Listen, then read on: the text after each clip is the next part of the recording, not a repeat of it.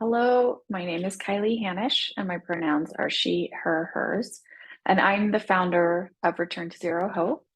I really want to welcome you to this webinar, which is a conversation with author Emily Rapp Black.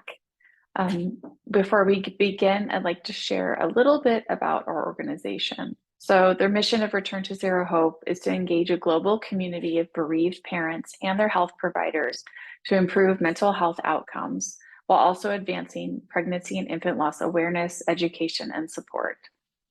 We offer direct services and resources to bereaved parents, while also providing support and education materials to providers. As part of our commitment to engaging a global community of bereaved parents and providers, this event is provided free in part from generous donations from our supporters. Please consider becoming a supporter of RTZ Hope and our webinar series with a suggested donation of $15. You can do this by visiting our website, rtzhope.org. Today's webinar is a conversation with one of my favorite authors, Emily Rapp Black, who has written memoirs inspired by the life and death of her son, Ronan. I'm excited to introduce Emily, as well as Leah Mele-Bazaz, who is a retreat alumni and become a friend over the years. And so she is also a writer. So I will introduce her and introduce Emily, and then we will go ahead and get started. So Leah is a wife, mother, teacher, and writer. And when Leah gave birth to her stillborn daughter, Laila, she didn't know how to handle this type of grief. She went through depression and isolation and had trouble finding ways to show she was a mother to a child who wasn't here in person. She started writing her memoir days after she came home from the hospital without her baby, and she published her book, Laila, Held for a Moment, with Cat Biggie Press in 2022. So that's just, well, I guess 2 years now, but during the pandemic, that was one of your babies that came. And Leah graduated from Drexel University with an MFA in creative writing, where she works as an English adjunct faculty member. And Leah loves volunteering for Return to Zero, and she teaches writing classes for bereaved families. So Leah, thank you so much for being here and for helping organize this. And thank you. Emily is the New York Times bestselling author of 5 books, Poster Child, The Still Point of the Turning World, which you may have read, Sanctuary, which is her newest memoir, Frida, Kahlo, and My Left Leg, and I Would Die If I Were You, which is coming out this year. So she's a graduate of Harvard University and a former Fulbright Fellow. She's the recipient of a Guggenheim Fellowship, a Rona Jaffe Award, and fellowships from the Corporation of Yaddo, the Jentel Arts Foundation, and Bucknell University. Her short stories and essays have appeared in Vogue, the New York Times, the Boston Globe, the Sun, and many other publications. So she's a tremendous writer, and I read The Still Point of the Turning World and was just blown away by it. And Sanctuary came out this past year, and I just devoured it over one weekend. And I just can't highly recommend those books enough. We were talking before we started, maybe waiting a little bit, letting some time pass from your loss before reading those, but she's just an exquisite writer. So she is now a professor of creative writing at University of California-Riverside, where she also teaches in the School of Medicine. And she lives here in California, a little bit east of Los Angeles. So it's a lot of mouthful there, but I'm just like really excited to have this conversation. Thank you so much. Thank you. So Leah and I are just going to ask Emily questions and try to have like a really authentic conversation here, and we'll see what comes up out of what we talk about. And if you have questions, we're going to have time at the end for you to type into the chat box and ask questions to Emily or Leah as well. Great. And Emily, would you like to open up by reading a passage or two from either Sanctuary or Still Point or both? Sure. It's an hour reading, right? Just kidding. When you go to those I readings, wouldn't mind writers that. are like, it's been like 45 minutes and the writers are still like reading. You're like, you have to stop now. Like, I could listen to you all day. So oh, I think you're the only person that's ever said that to me, and you're my new best friend. So I'm going to read from Sanctuary. I'm going to read the beginning. The beginning is basically just a little bit of context. My son in the opening sequence of this book is still living. And I am obviously in a really heightened state of despair, and walk out to this bridge in New Mexico with the idea that maybe I'll just go off the edge. The book is ostensibly about resilience, what that means, and also how we misuse the word. I really love to talk about that. So if you have any questions about that, the etymology of the word is quite different from what we think it normally is. And so I wrote this book out of a kind of, what do you do after you've lost a child? And then I went on to have another child who is healthy and still living. And it's like being two mothers. And so the book was a reckoning with this idea of resilience and being told over and over, I would die if I were you. Thus, the night till I have my next book. I couldn't do it. It's the worst thing that's ever happened to anyone. You're so strong. You're so resilient. And I was, as you can see, we'll see in this section, was very, I was a mess, and as rightfully so, right? Okay, so it's the prologue. The Bridge, 2012. I leaned against the guardrail above the Rio Grande Gorge Bridge in New Mexico, 565 feet above the river below, my heart beating fire. Heat swelled in my chest. A cold spring of intention lay coiled in my belly. Under the July sun, the high desert of New Mexico swept out in every direction, flush with the horizon, stark and beige, with an occasional swipe of green, the line between heaven and earth impossible to distinguish. Scattered under such a sky, the sand and earth-colored adobe buildings in the small town of Taos resembled broken pottery pieces, shattered, accidental, lost. The air at this altitude was thin and dusty, the sun against the skin intense and direct, able to scorch in a flash. Tourists and visitors strolled by, chatting and laughing, wearing visors and sandals, their shoulders striped with sunburn. Along the concrete footpath that ran the length of the bridge, roadside vendors sat behind handwritten signs advertising Indian jewelry, authentic, the rounded stones and the rings and bracelets and earrings blinking as clear and blue as the sky above us. The clouds looked deliberately arranged, fluffy as a dream, airy as balloons, moving languidly as if straight from a picture postcard. I found this stark and relentless beauty absurd, even grotesque. The rich white tourists surveyed the goods made by the native people of this land, assessing, deciding. I leaned in a bit more and pressed my C-section scar, finally after 2 years gone white and numb, against the barrier. A white metal fence bearing a few names scribbled in pen. Aaron loves Iris. Signs of those who once stood along this massive rift across the otherwise flat lands between Carson National Forest and the Sangre de Cristo Mountains. That morning, I had finished teaching a master class in nonfiction at the Writers' Workshop in Taos, considered my one-on-one student meeting scheduled for late afternoon, and realized I had plenty of time. I told my parents I needed to take a walk, get some coffee, get away, and they easily agreed to care for my son, Ronan, while I was away. They had been caring for him while I talked with students, listened, and tried to help people order the chaos of their lives through storytelling. I kissed Ronan's face, hugged his still, soft body, looked into his green gold eyes, which only ever saw me partially, and now saw nothing at all, got in my car and thought, now is as good a time as any. I had been to the bridge only once before, with Ronan secured in the front carrier, his sleeping body still and warm against my chest. Peering into the cavernous gorge was like encountering the impact of long ago violence, perhaps a prehistoric stomp from the gigantic foot of an angry mythical animal on a murderous cross-country trek. Feeling like a witness to some great destruction appealed to me. I stretched my arms farther and let them dangle, helped by gravity, until my fingertips began to tingle and until the noise and chatter of people walking past began to dissipate and then disappear.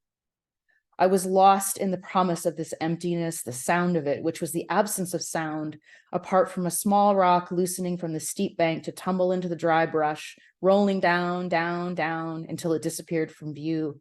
I closed my eyes and heard whomp, like an invitation. Yes, jump, do it. The space below was hollow, magnetic, literally an opening, a mouth to fall into, as deep as any desire.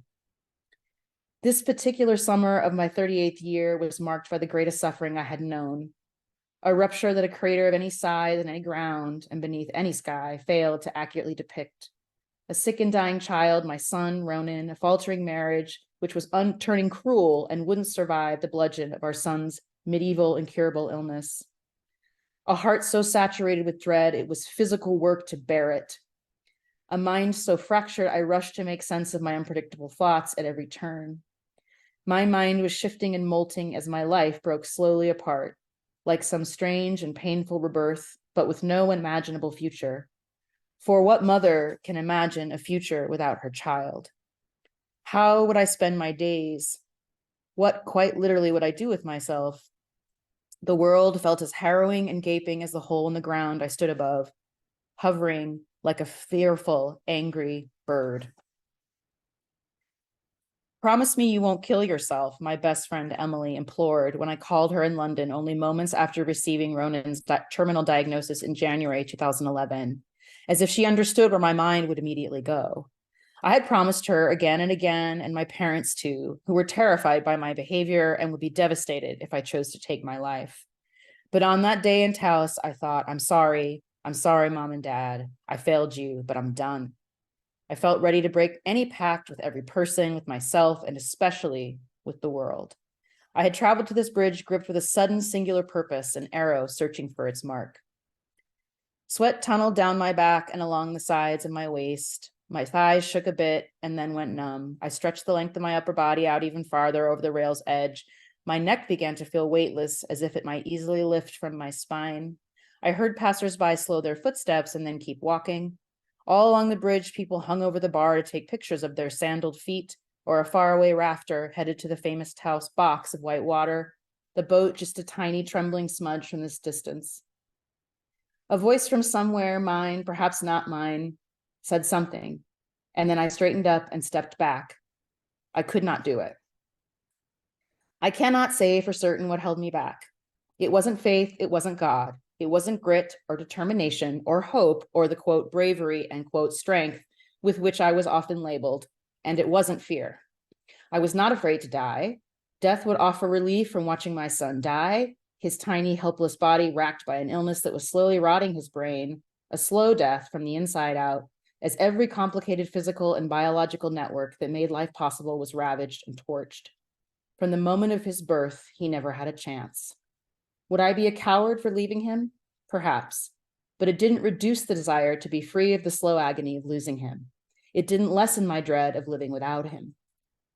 I couldn't leap. I was stopped in part by two revelations that arrived simultaneously, like two parallel beams pressed one to each side of my body, as if I were lying squeezed and supported between them.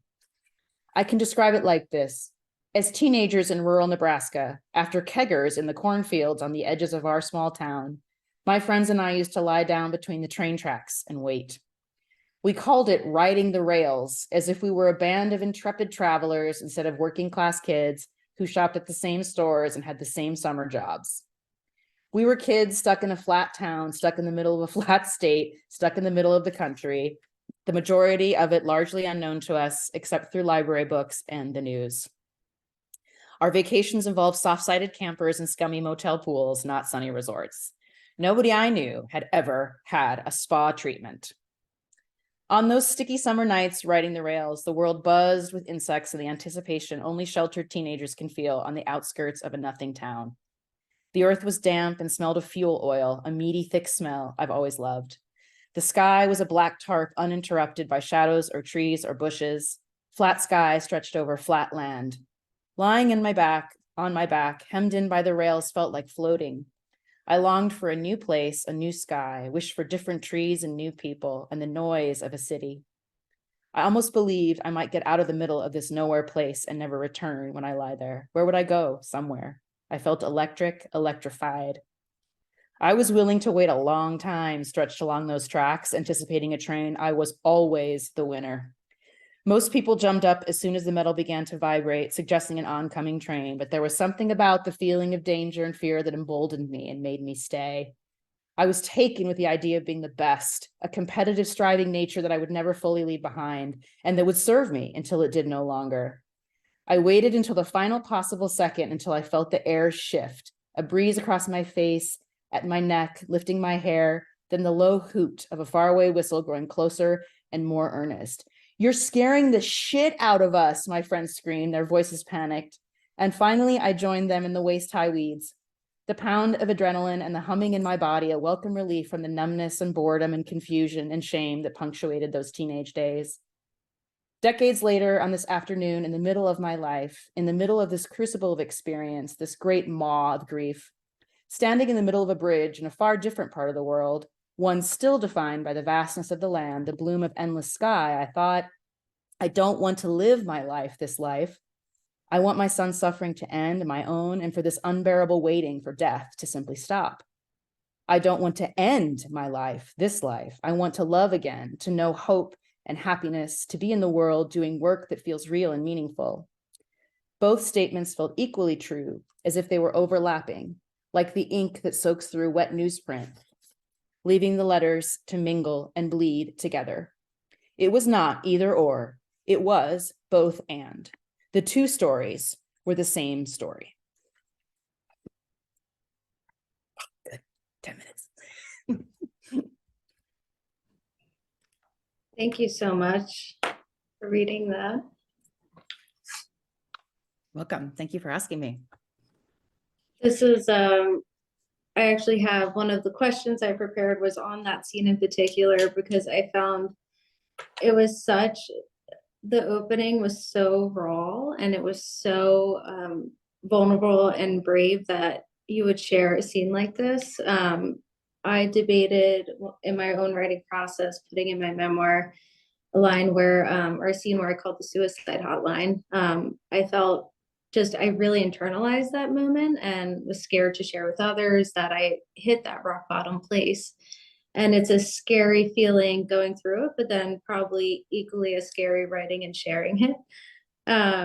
So what made you decide to lead with the passage today? That's a good question. It actually was the end of the book in the original iteration. And so the end and the beginning flipped. In the final sort of pass. And it did so because I felt really powerfully about, like, during this time, everyone is still like showering me with these like words, you're so strong, you're the strongest person I know. And like, it's just like, I don't want to be that person. Like, I'm not that person. And I don't feel like it's a good message to send to people who are grieving, right? Because grief is messy. And in this culture, we're so bad at allowing it to be messy and loud and gross and inappropriate. And so I wanted to start then with this, and I talked to my editor about it. And I was like, I want people to know that the person that was high functioning during this whole time was not. Yeah. Like, I was paying a serious price for putting on a face and standing in front of a classroom every day and working and, you know, managing other people's stories. It was hard. And so I wanted to lead with that. And I'm glad that I did. I don't know why I had it at the end of the, now I'm like, what? Why did I have that at the end? But I think it was a harder passage for me to write. So it might've been one that I wrote later. It's hard for me to remember now. It's all kind of a blur, but thank you. I mean, I think, you know, I have a family history of death by suicide, and some of the myths around it are ones that I've sought to sort of unearth a little and talk about in the family. It was no one wants to talk about it because I'm from the Midwest, or from a farm town. My parents are from the farm town in the Midwest where no one talks about anything. So I've been like the breaker of that narrative in some sense. So I felt like it was important. I think a lot of people struggle, especially when it comes to the loss of a child. It's just such a weird kind of grief because it's so qualitatively different than others. It's primal, right? And so it has a primal response.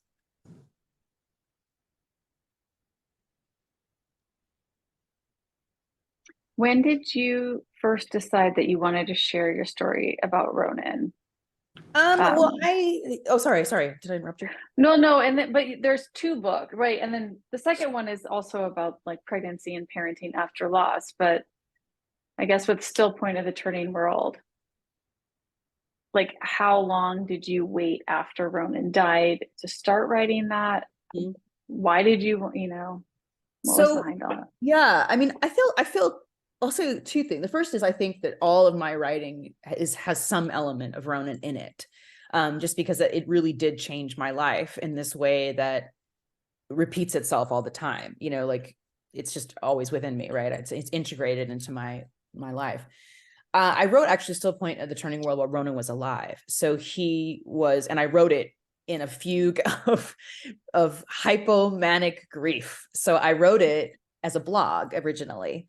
And when he was diagnosed on that day, like the next day, the first few days were just hell, right? I don't even know how to describe it. They're wordless. There were no words.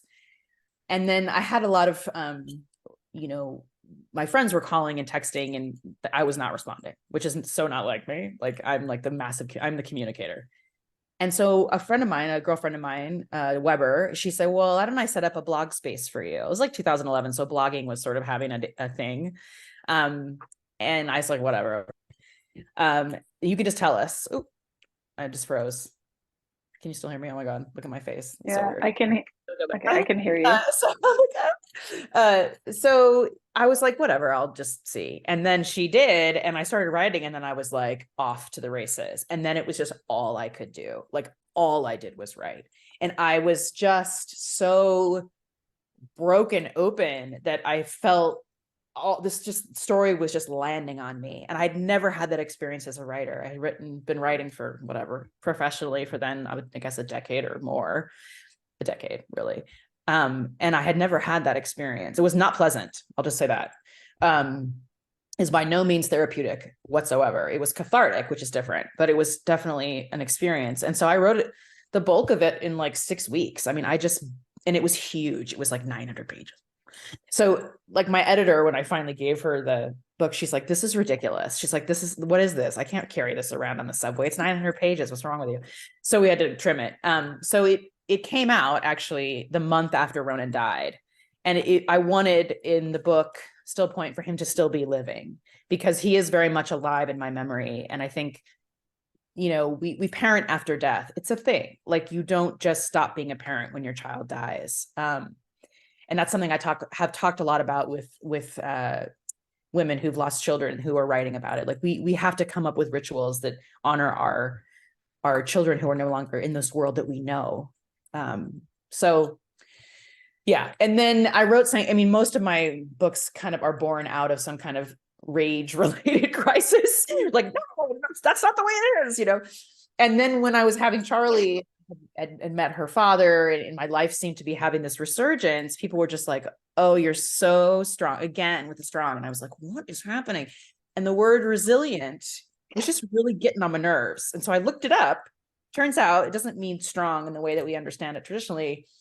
It means like fragile and breakable and strong, like moldable. And so I thought, well, that's really interesting. Like, what's the dealio with this word? And that's what Sanctuary grew out of that experience. And just the weirdness of having a child like Ronan they're so opposite. It's like ridiculous. I mean, Charlie is so normative in every way. And Ronan had no normative nothing. Like, so it was like being two mothers. It was just weird. So I thought, well, this is a moment that's arresting my attention. And I think as a writer, when our attention is arrested, we know we have to write about it. That's the key. That's the clue. So that's what I did. Writing has always been for me, even more so, but more so in this period of my life than probably any other, a source of comfort. Right. Oh my God, what is that? There's some weird music playing. Sorry. Don't know why that's playing. Anyway, I'm going to move. I'm so sorry. It's someone else's house. This is someone else's house. And oh, okay, it stopped. Sorry, it was like some Krishna Das was like suddenly, I'm teaching a yoga retreat this weekend. So I think that was my partner, my yoga retreat partner's phone breaking out with some Krishna Das, sorry. Anyway, so that the answer to your question is that's books, you know, I'm sure many people here and both of you are, you know, write through things. Writing is a special kind of excavation, I would say. And it takes a certain kind of capacity that is, in the end, when you get something out of it, it feels like you've put a frame around the experience so that you can bear it, right? And of course, then chances are someone else has had that same experience or something similar and can find solace and an acknowledgement and feel seen and heard and understood in a way that makes them want to stay in the world another day. And that I felt like was very much on my mind. So, yeah.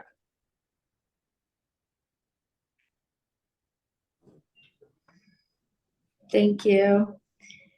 So how did you select the title for Still Point of the Turning World? I didn't. So I am the worst titler. I always think my titlers are totally genius. Like, I'm not someone who thinks I'm a genius, but I like think, oh, it's the title. Yeah. And then I give it to like my team and they're like, no, it's terrible every single time. So the title of Still Point of the Turning World, which now I'm completely on board with, was Dear Dr. Frankenstein, which I thought was genius. No one else liked it. Sanctuary was The Wing Beats of Insects and Birds, which I also thought was genius. No one liked it. Frida Kahlo, I don't know what it was, but I didn't get that either. And then finally, let's see, Poster Child, I don't think I chose that. I think I had some other bad thing. And then this last one, I Would Die If I Were You, that title I'm going to get, because that is a killer title. Everyone agrees with you this time. It took me 5 tries, but I didn't choose it. And it was something that, you know, I wanted the monstrous feeling of grief to be a part of it, and it is, but I was really leading with that because I was in a place where that's what I felt like was a monster. And my agent, who's a genius and a great and amazing person, was like, you're not going to feel like this forever. I was like, I don't know. And she was like, no, she's like, that's not what people are going to pull from this. She's like, I guarantee in 10 years, you're going to think about this time as a kind of still point of the turning world. And she was 100% right. So I trusted her because I trust her. But it wasn't my title, so I can't take credit for it. And it's a T.S. Eliot poetry excerpt, quote from a line. So he wrote it. But I didn't want it. Whoops. It's so amazing how there's always stories within stories of how things became the way they were. So that's so great.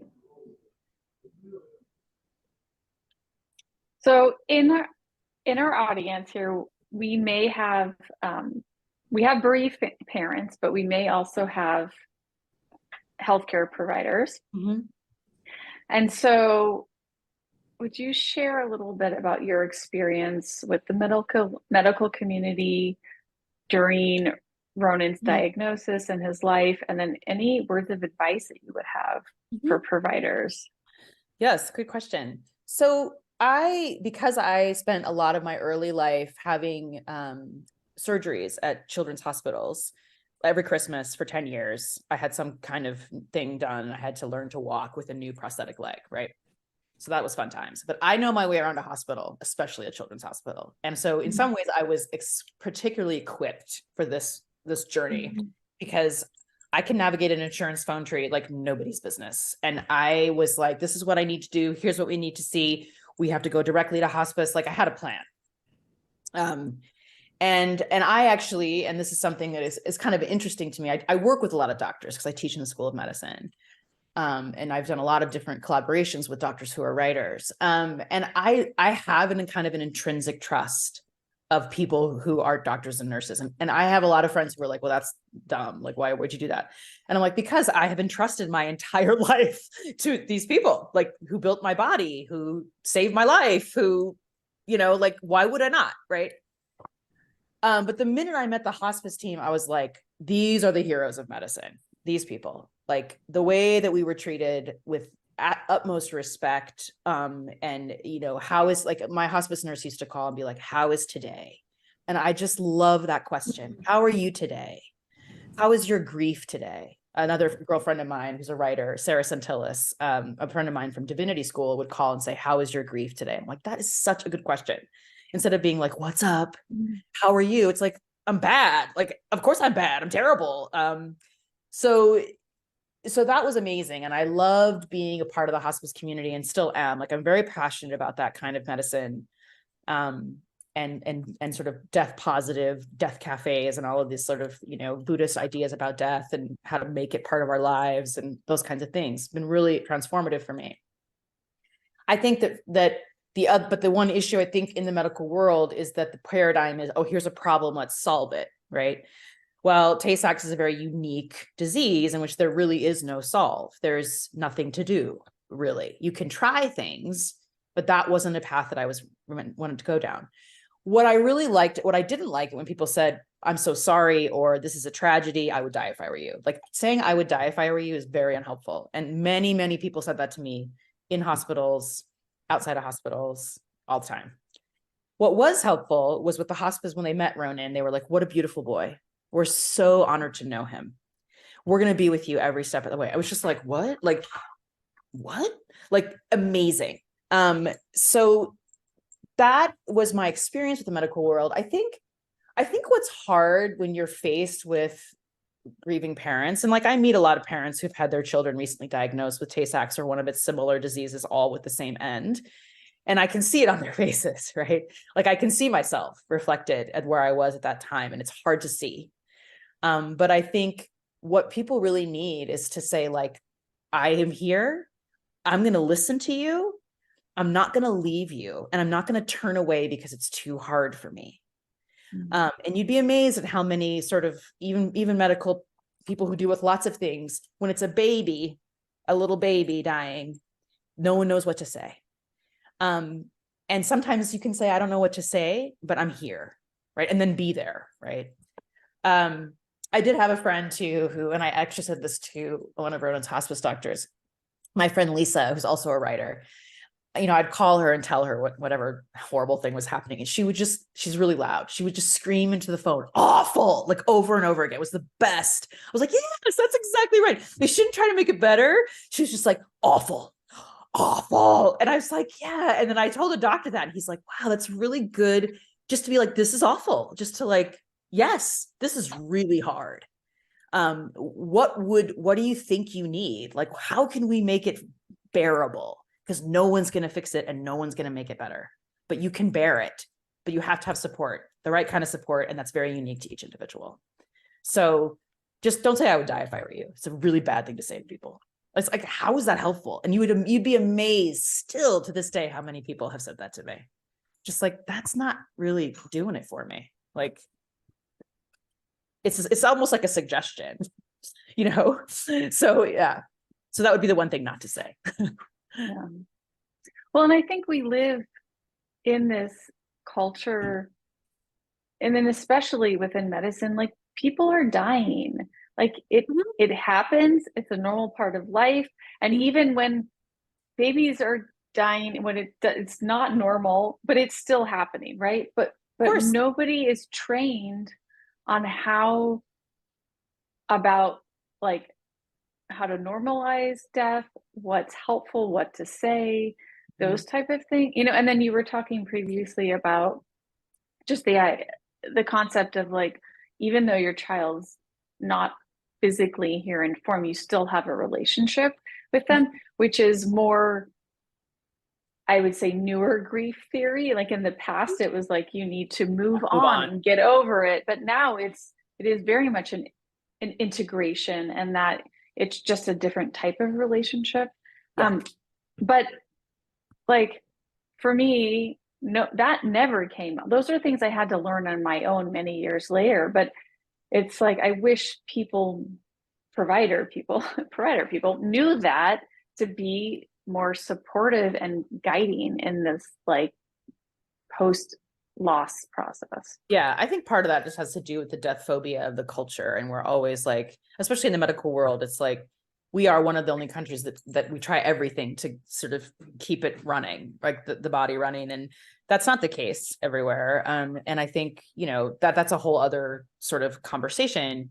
But I do think that, working with this idea of being in a mortal body means that it will end is normalizing it rather than just say, like, pushing it aside and being like, oh, I just hope that never happens to me. Cause it's like, newsflash, like it will, like, hello. So I think that for me was like, I was on a rampage for a while, and I was like, that woman at the party would be like, well, we're all going to die. And oh my God, the worst party guest ever.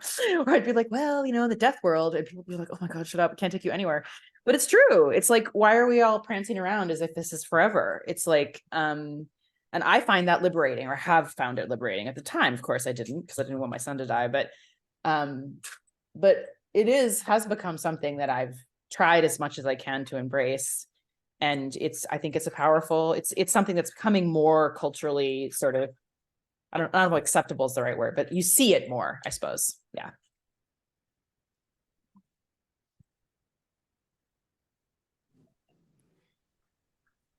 And I know you read the passage earlier, so we were talking a little bit about it, but one thing I wanted to ask, and I'll just read from the question here. When the voice tells you to do it and to end it, you couldn't. You share this brave and honest moment of wanting to live and also wanting to die. And you read from it today where you're talking about kind of straddling these two in between worlds. Mm-hmm. And I just found it so really resonates with how loss can change you, as well as what you think of the future, and kind of that moment of not wanting to go on, but also feeling that tug to stay. Mm-hmm. What advice could you share looking back at that moment to, the bereaved families in the audience, anybody going through something similar? I mean, I think it comes down to that passage that I read about both and, like, versus either or. I mean, so much of our lives are lived, we think we're living them in a black and white way, but we're living in the gray area, and there's never one right way to do things, and there's never one right way to feel. I think, one of the things I've been really interested in sort of tracking and feeling is the way that my experience of grief has changed in the last decade. So Ronan died in 2013, so he's been dead for 10 years, a decade. And I had a big party last year because he died around Valentine's Day. So I had a big Valentine's Day party, and like my living daughter gave a speech, and there were kids running everywhere and all my friends, and it was really, really amazing. And I can access the joy of having had him much more easily now. Because I'm, at the time I was like, remember this moment, I was trying to like document, just like wanted to save up all of the happy moments. And I didn't need to worry about that because they're the ones that pop up. Like the sad ones, yes, pop up too, but less so. And so the longer I move on in my life, the older I get, the less sort of charged the negative is, and the more blossoming the positive is, which is something I never would have believed if someone had told me. I probably would have like hit them in the face, or I would have done, but I would have like been like said something rude, because I didn't believe that could ever be possible, because I just felt so ignited, like I was standing in the fire of it. Just how could you're in a fire, like that's never going to change, right? It does change. C.S. Lewis has this beautiful book, A Grief Observed, which I talk a lot about in the book. I mean, which he would be like completely freaked out that people are reading, because it was a journal and he was a hugely private person.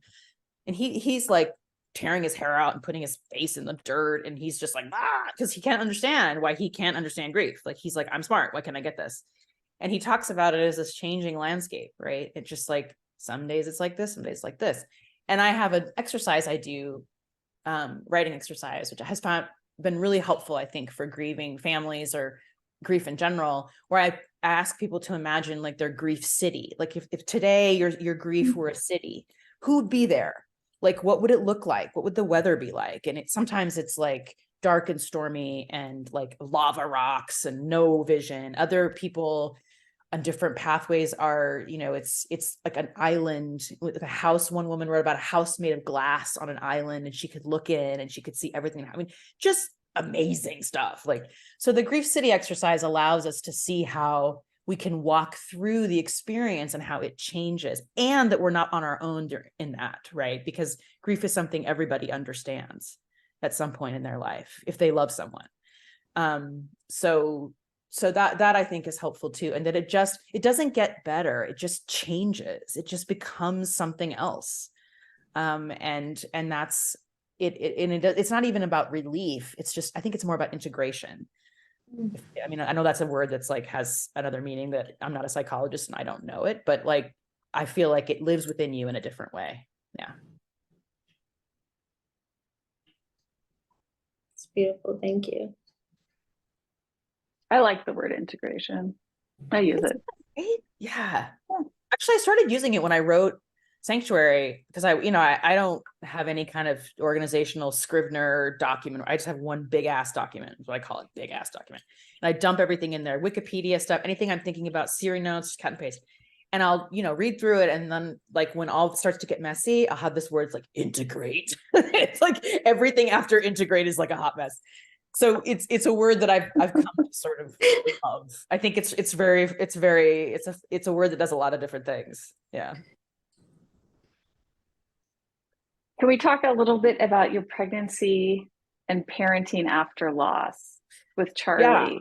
So you said it was like, she is completely different than Ronan. Mm-hmm. Like, have there been certain setbacks or surprises in this journey? How old is she? She'll be 10 in March. Okay.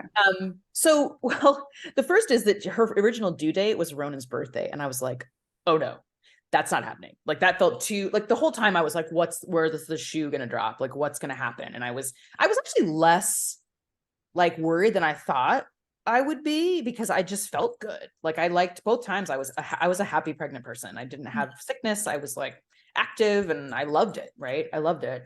Which was a surprise to me. Big surprise. I think it was when she was born that I was like, they're so little.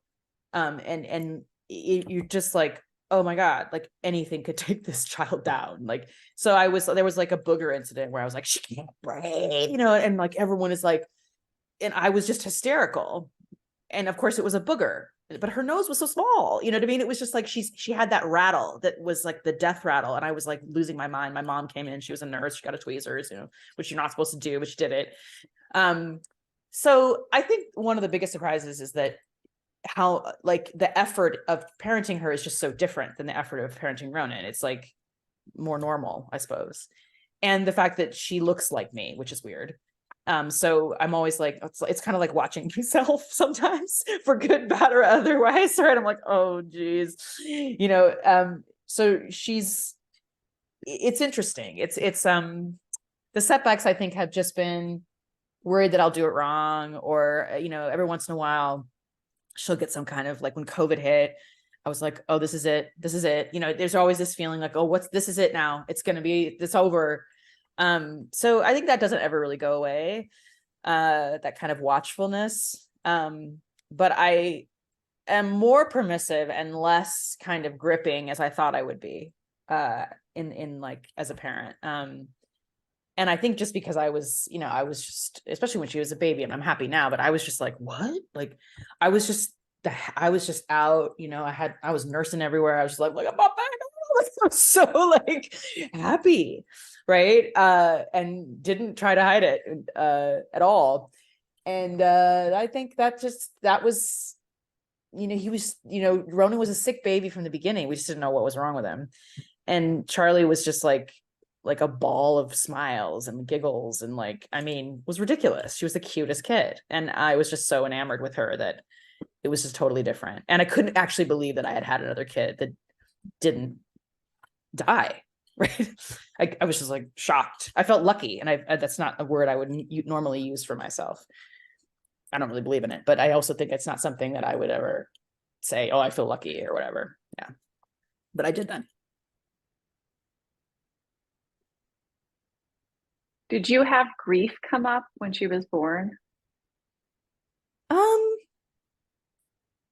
Some, yeah, more I mean, more when she's gotten older, I think, because she doesn't really know her brother, and you know, she'll get sad sometimes. I mean, she knows that he's dead. I don't say I say dead. People make their own determinations about how to use language for that, but for me, it's straightforward is the best way. Or I think it's the best way. But yeah, I did like just kind of remembering, you know, those early days. But I will say that not as much as I also thought. I think because when he was diagnosed, like I changed as a person in that moment. Like I really did. Like the person who was on the other side of that moment was gone.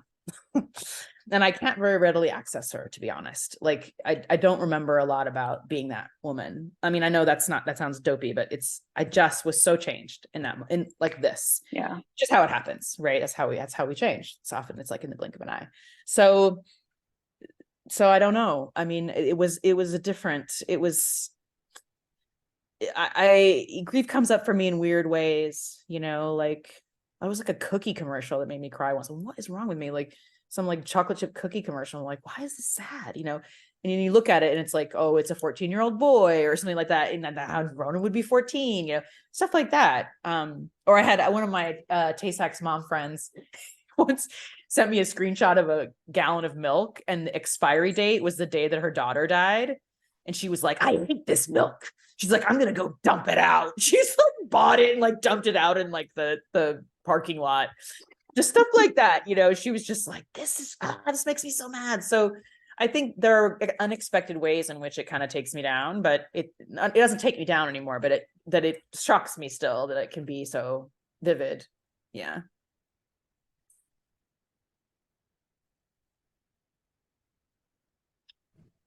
Will you share a little bit about your next book? Sure. So which will be late. I Would Die If I Were You. It's basically a kind of a book about writing and creativity for sad people. So a lot of times I've read craft books and it's about writing and how to be creative. And I'm just like, which is great. And I love those. But I also think, you know, writing about really difficult stuff, these kinds of mind-blowingly hard situations where people say, I would die if I were you, it requires a different kind of strategy to write about it. Some of which has overlaps with writing in general and narrative in general. So it's kind of a, wow, I'm describing it so well. Essays about writing and about life and about how everyone can sort of cultivate these ways of seeing the world creatively and narratively. And it's a lot of what I've been teaching now for almost 20 years, the way that I've helped students access their stories in a way that is playful, even if the work is really hard, and uses sort of simple strategic ideas to get you into the story, because that's always the question: where to begin, where to end, what's it about? And so it's answering those kinds of questions, but it's specifically geared towards people who have had a significant sort of journey. Like it's not someone who's had like a hangnail and that's like the worst thing that ever happened to them will hate this book. Right, which is fine. Those aren't my people. I also use a lot of philosophy. I love philosophy. I think that those ways of systems of viewing the world are, of framing the world are interesting. So it's basically about how to frame an experience that like kills the conversation at a cocktail party. I'm really Perfect. Yeah. It'd be useful sometimes. We're like, I don't want to talk to any of these people. So when they ask me, I'm going to tell the truth and they will stop speaking. I'm still like, I'm not talking to that one. So I think it's a way of framing that. And it's based on that question, I would die if I were you. Like, no, you wouldn't.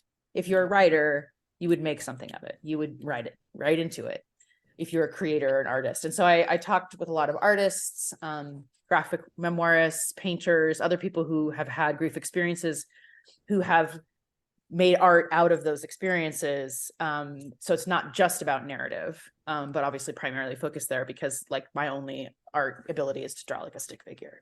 But I love the way when artists talk about it, visual artists. So that's part of it too. Yeah. Wonderful. And do you teach writing workshops? Is it just through the university, or do you offer other types of more grief-focused writing workshops? I do. I'm actually here right now with my friend, the writer Brad Wetzler, and we're doing a yoga and writing retreat in Boulder. And I also have I work with my friend and business partner, writer Gina Frangello, and we have a business called Circe, after the goddess. And we do classes, we do ghostwriting, we do workshops, we do manuscript editing, consultation, coaching together. And the idea around our sort of motivation is like all bodies, all stories, all ages. Like we primarily work with women, but that's not exclusive. So yeah, I do a lot of other teaching at summer writing festivals, do some private client work too. But my main focus is my university job, and there I'm in the graduate program and the undergraduate program, and then at the medical school. Wonderful. Or school of medicine. They don't call it the medical school. Yeah. So yeah, reach out if you want an editor or want to take a class. Would be great. I feel like I've already learned so much just from this conversation, so that's why I was personally asking. Yeah, I mean, I like to teach writing. I mean, it is not something that I think everyone can do it. And I say this to my undergraduates a lot. I'm like, every writer begins with a blank page. Like, it's such a democratic, maybe the only part of Democrats, maybe the only part of democracy left is like everyone's equal, Oh God, that's a terrible phrase. That's not cute. Okay, it's all right. Just get over yourself. But everyone starts at ground zero. There's no one who's like, oh, I've tried a case like this before. Let me just go in there and do my thing. Like, and that's what I love about it, is it's always new. You always have to start from scratch. And so in that, we're all united. So you're learning ways to kind of keep yourself regulated and like interested and joyful while trying to tell a story is really what I want to do for my students. Like in my 20s, I felt like I spent a lot of time being very melodramatic in front of my computer and being like, so hard, it's like, oh. And, it wasn't that hard. I was making it hard because I was so like, I just thought if it's not going to cause me some suffering, then I must not be doing it right. And it's like, well, suffering came anyway, but now I feel like the joy should be in the creation. I mean, it's not always fun, but if there's no joy in it, don't do it. Like just don't. They could do other things. So my goal is to help people enjoy it, even if they're writing something really hard. Yeah. Oh, there's a question. Oh, I just typed in there. If anyone has a question, they can put it in the chat. I'm excited to read your other books too. I haven't read all of them. It's yeah. They're all sad. It's okay. Actually, I Would Die If I Were You is like funny because people are always like, I had a friend of mine who was like, met me after reading my books, and he's like, I really thought you'd be like a really depressing person to be around. I'm like, okay, that's a little rude. But he was like, you're really funny. I'm like, I know, I'm funny. My books are sad. I'm hilarious. Like, that's part of it, right? I mean, humor, the flip side of humor is despair, right? So I'm funny. But in this book, I get to be funny. And that is so important to me because it is like, I know that my book's been a rough go. And I think that, even in the hardest situations, you can find humor, and especially when you're looking at like writing, like it's just don't take yourself so seriously. So that's been nice. Like it's been fun to sort of mess around with that, and also talk about systems of philosophy, which I find really interesting, and go off on my nerd boat with these dead white men from the 19th century who seem to haunt my writing, but in an interesting way. Like I think those are relevant. I also have a chapter in there about the Bible as literature, storytelling, like sort of tips we can learn from how the Bible is constructed as a literary document, or a literary record rather.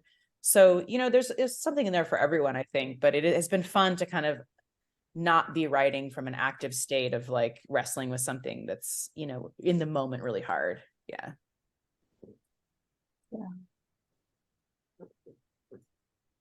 Well, good. I don't think anyone has any questions here. Leah, do you have any personal questions?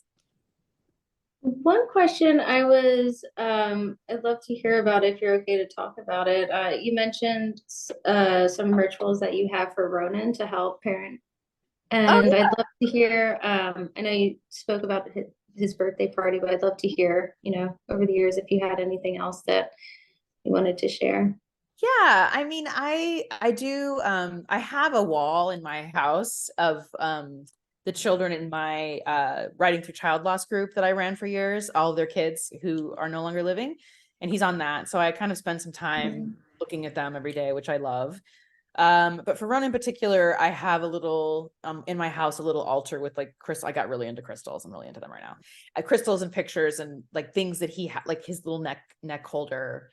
So that's always in my house. On Day of the Dead, I usually do something like eat cheesecake or something that he loved. And on Valentine's Day, traditionally, I've had like friends come and sort of toast him or things like that. I mean, they're not super prescriptive rituals, but I do like to mark those days. And his birthday, just even if it's just to like, walk up to a mountain somewhere and think about him. I mean, I just think it's like, I mean, I'm always thinking about him, but I think just to bring it forward into my, my sort of waking everyday moving through the world and in that day. But I like the building of the Dia de los Muertos altars, lighting candles and sort of things that they loved as a remembrance. So those are some of the things I do. Or he is also, the beauty of being a writer is that I get to write about him. So he is infused in so much of the things that I have learned about writing was through the writing about him.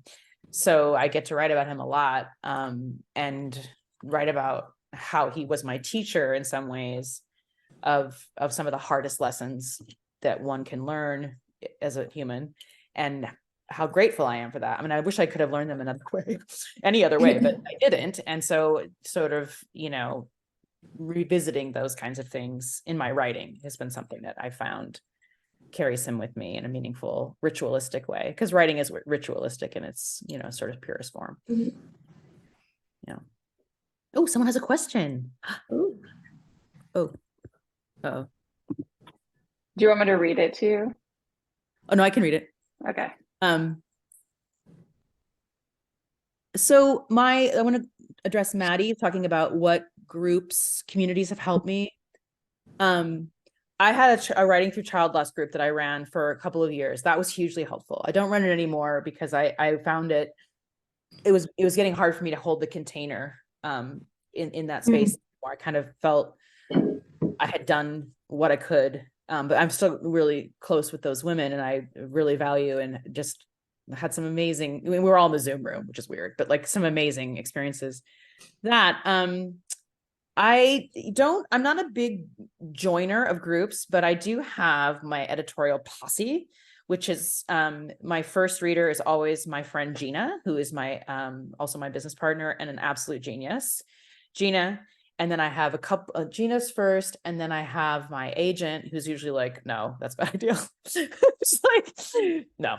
And my editors. And I have a lot of really close writer friends who I'm like, does this seem like a bonkers idea to you? Or will you read this? The writer Matthew Zapruder is someone he's a poet and a nonfiction writer, and I often bounce things off of him. So I have my little editorial posse of people that I've collected over 2 decades of being in this literary world. I do think writing groups can be hugely helpful if people are really committed to them.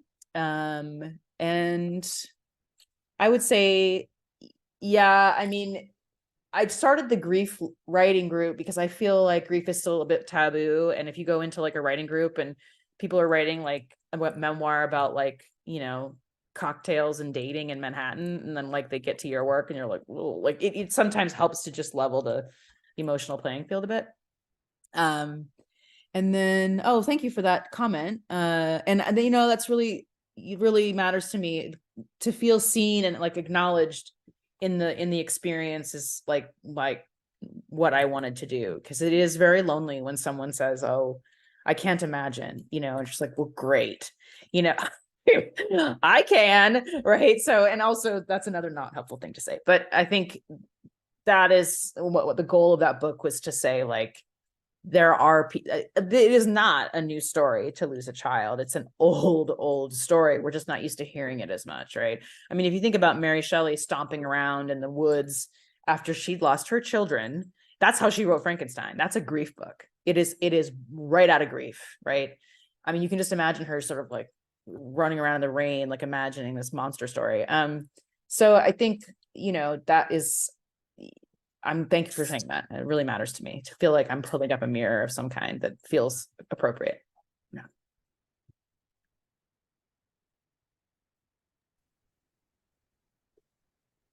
Well, thank you. I think I'm gonna wrap things up because we're at the top of the hour. But Emily, thank you so much for joining us. You're so welcome. It was a pleasure and honor to meet you. And thank you to those of us who joined live and who will watch it in the future. But please go read Emily's books. And I'll send in an email just so you have all the titles and with a link to the recording to the webinar as well. Yep, find me on the interwebs. I'm out there. Or the World Wide Web, as my dad calls it. But thank you so much for having me. I really appreciate what you're doing. And I appreciate everyone so much who's listening. Thank you so much. Thank you. Bye. Thanks, Bye. Leah. Bye. Thank you.